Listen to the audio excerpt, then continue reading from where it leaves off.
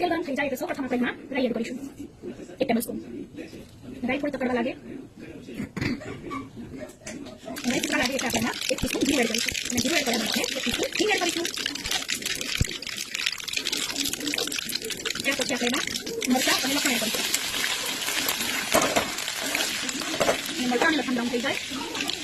એટલે આપણે tomato add કરીશું ડુંગળી આપણે મિક્સ કરવાની છે એટલા માટે આપણે પછી ટમેટા કરવા આવે અત્યારે અને ટમેટાને સોફ્ટ કરવા માટે થોડું નમક ઉમેરીશું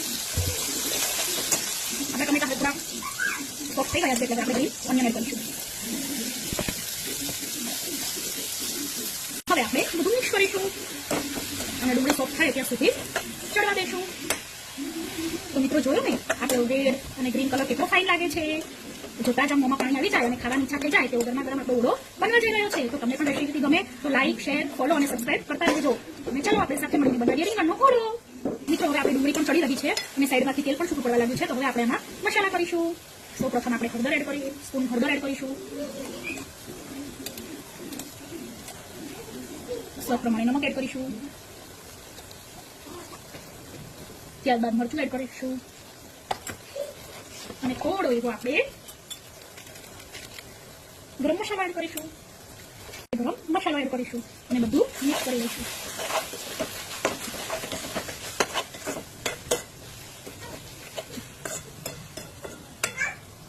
હવે ત્યારબાદ આપણે આપણા શેકાઈને તૈયાર થયેલા અને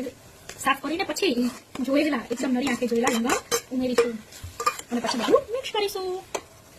હવે મિક્સ કર્યા પછી જો આપણો રેડ ગ્રીન યલો બધા જ કલરમાં કેવો ટેસ્ટી ચટાકેદાર ઓળો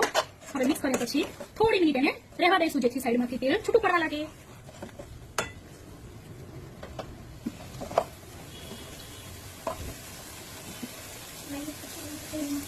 જો મિત્રો તમે જોઈ શકો છો કે અહીંયા સાઈડમાંથી તેલ છૂટું પડવા લાગ્યું છે